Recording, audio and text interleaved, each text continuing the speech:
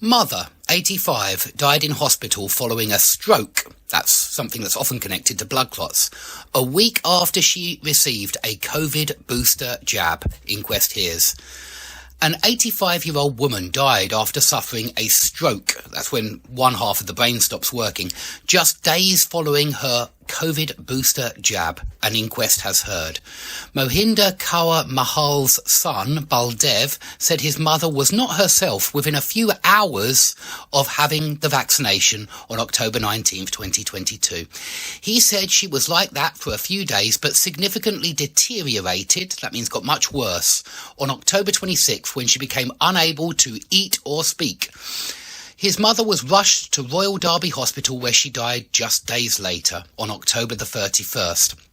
Dr. James Scott, a consultant at the hospital, told the inquest Mrs. Mahal suffered irreversible damage from the stroke and also presented with an irregular heartbeat.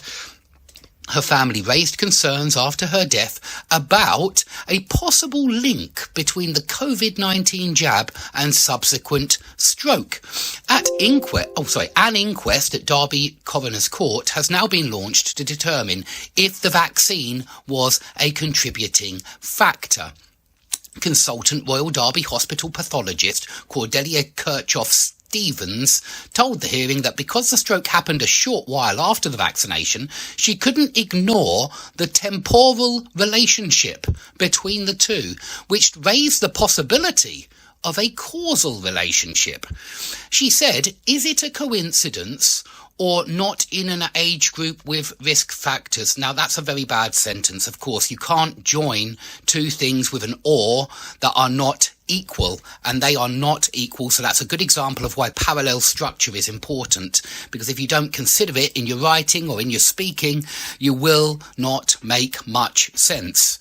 So I can't prove it, and there is no test to prove the vaccination was the cause. Yeah, there's no test to prove that vaccination caused this. I want to make that very clear. There is no test. We don't know if we can categorically say she would still be here if she did not have the vaccination. That's a poor sentence as well. It should say we don't know if we can categorically say she would still be here if she hadn't had. That's the problem. It should say if she hadn't had the vaccination. Why shouldn't her symptoms after the vaccination be the build-up to a stroke? Yeah, why shouldn't they? I am not sure it's black and white. It's a grey area. I cannot prove or disclude that the vaccination did not cause or contribute to the stroke. Okay, however, Dr. Scott dismissed these claims. He said there is no reason to suppose that there is any connection between the vaccination and the stroke. Well, I hope that makes you all feel much better. The 2-day inquest heard that Mrs. Mahal had previously had a stroke in January 2021, but after recovering, she had her first COVID vaccination in March 2021. Over the next 18 months, she was in and out of hospital with a series of episodes that Dr. Scott referred to as decompensation. This occurs when the brain is working hard to reconnect pathways after a previous stroke.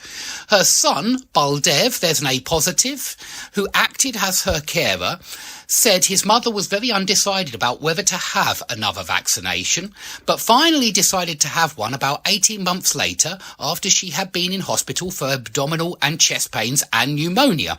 She left hospital on October 14th and received a vaccination at home in Pear Tree on October 19th. Mrs. Mahal was administered the Pfizer jab by a nurse at her local GP surgery, Lister House in Derby. She had not had the initial second jab ahead of the booster, but the inquest was told that after the situation was flagged up to the UK Health Security Agency, it confirmed that it was fine to have given the jab, but that the patient should complete the primary course at some point. Assistant Coroner Alison Noble said that she would consider all the evidence and give her conclusion on November the 1st.